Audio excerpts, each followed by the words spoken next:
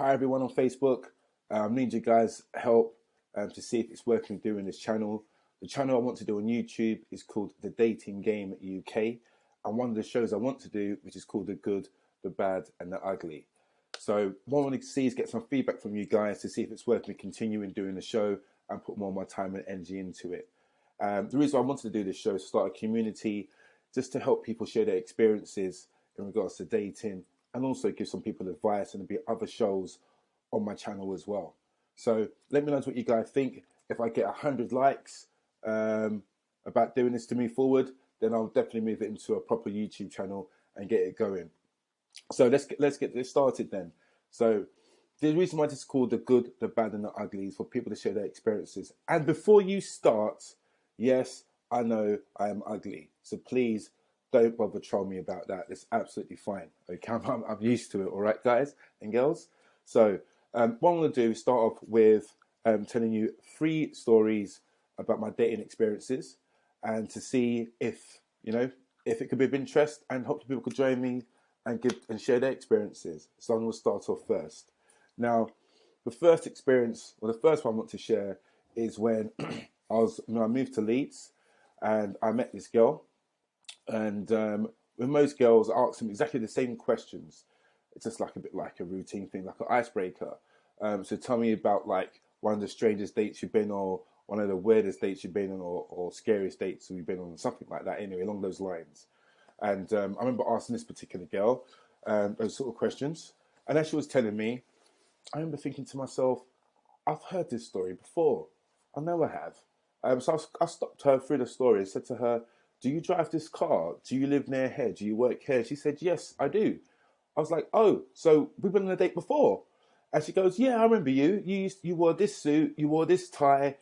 She described the date in great detail.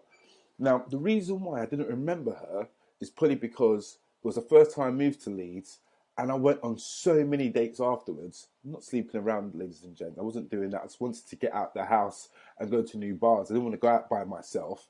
A bit weird, right? I guess back then.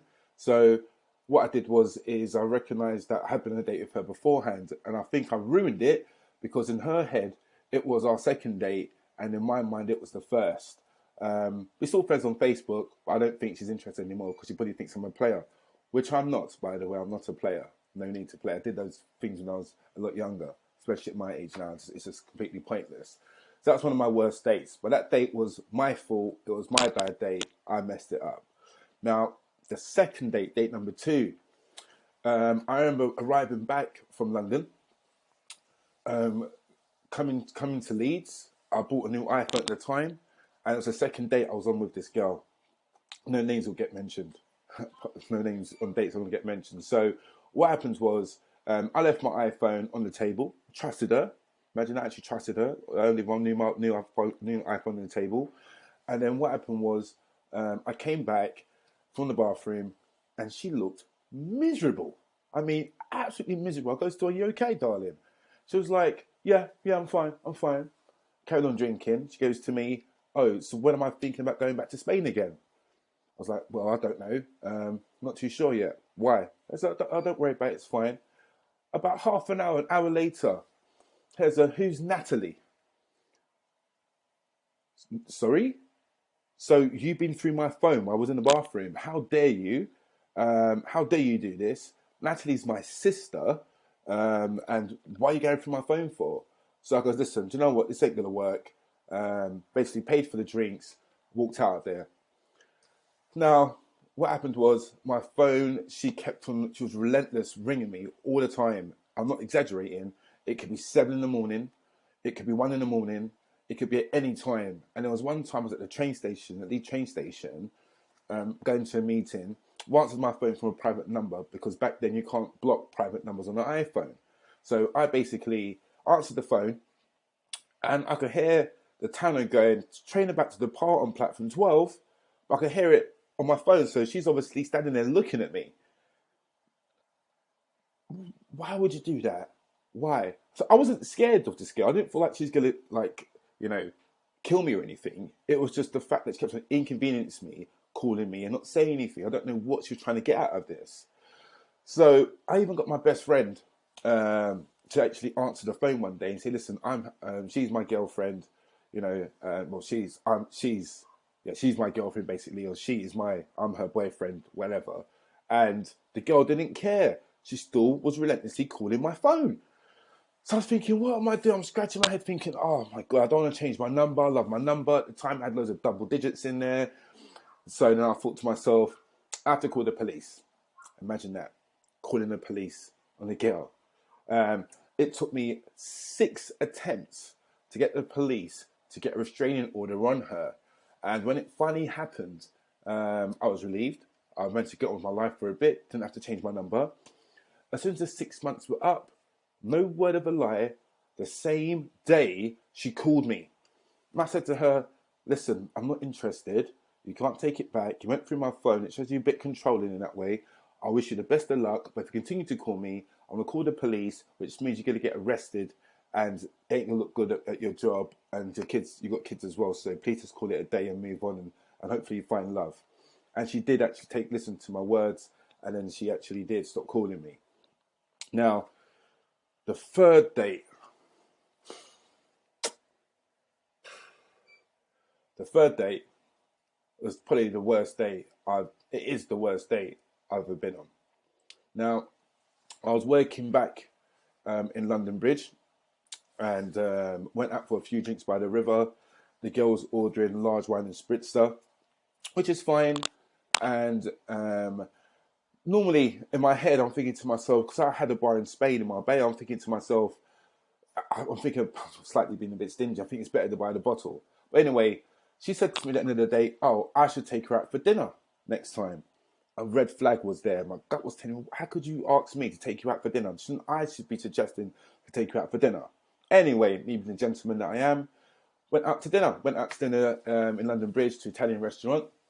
I believe at that point I would have bought her a glass of wine. I think it came with the meal, and I had a drink as well. I think it's another glass and another drink. So the night was coming to an end. I just started a new job. I had business meetings to do in the morning, so I didn't want to be late. So she said to me, oh, by the way, I'm a few years older than it says in my profile. And I thought to myself, it does explain why you look a little bit older then. But it's okay, you're still attractive, it's fine.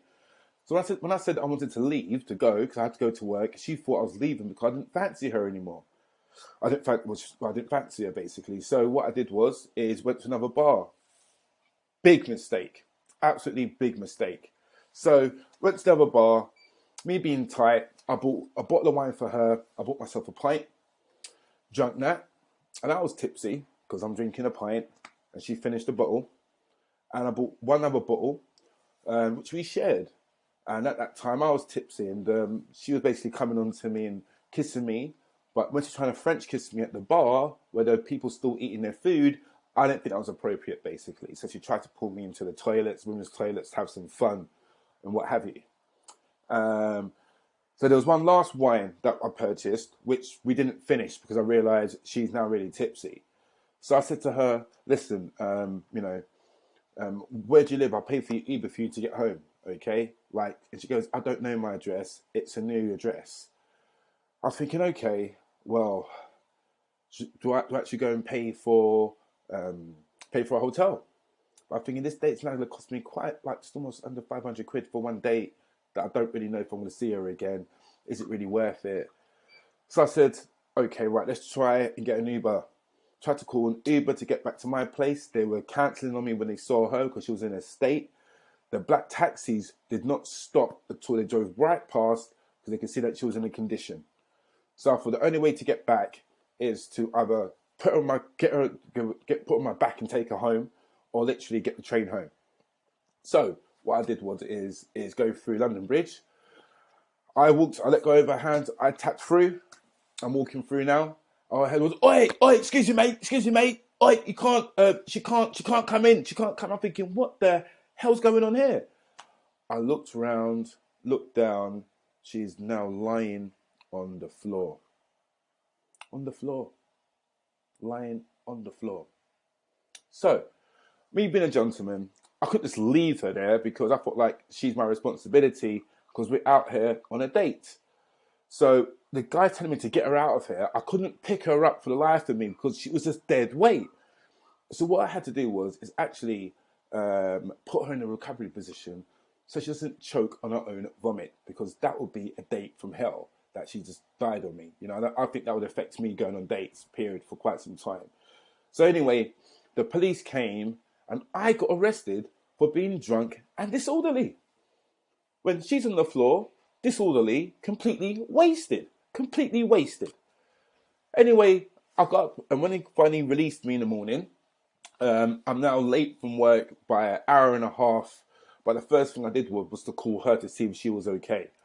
They released her from hospital. I was surprised she was in hospital, considering that they could tell that she was intoxicated because she could put some of the alcohol in her breath.